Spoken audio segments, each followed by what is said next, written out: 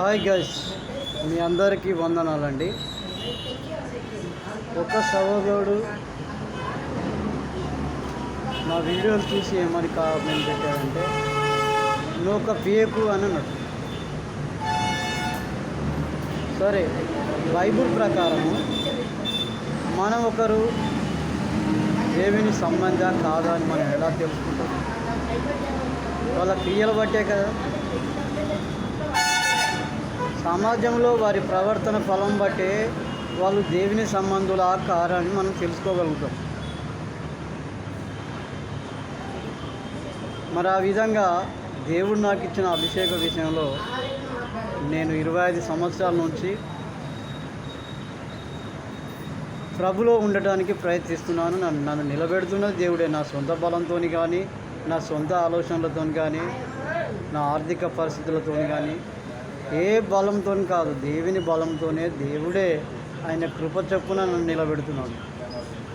దేవుడు నాకు ఇచ్చిన బలాన్ని చూసి తెలిసిన పాస్టర్లు అందరూ సైలెంట్గా పారిపోతున్నారు.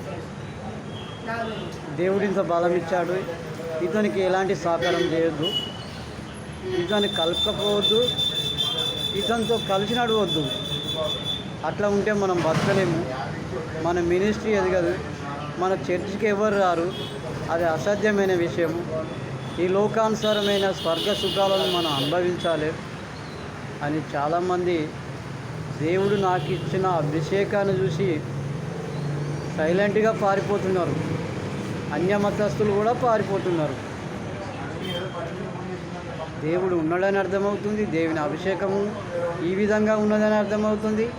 అర్థమై కూడా నా పక్కకు వచ్చి నిలబడటానికి, నాతో పాల్గొనడానికి, నన్ను రప్పించుకోవడానికి విశ్వాసం లేని బలహీనులు ఈ పాస్టర్లు.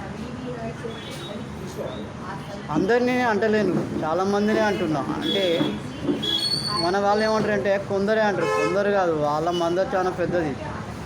వాళ్ళు భారత ప్రజల యొక్క ప్రజాస్వామిక శక్తిని, సంఘటిత శక్తిని హరించే దుర్మార్గులు. చర్చిలకే పరిమితమై, మినిస్ట్రీలకే పరిమితమై ప్రజలను దేవుని వాక్యము అడ్డు పెట్టుకొని ప్రజల్లో చైతన్యం రాకుండా చేసే మనువాద దోస్తులు వాళ్ళు. అలాంటి వాళ్ళకు భయపడే బలహీనత దేవుడు నాకు ఇవ్వలేదు.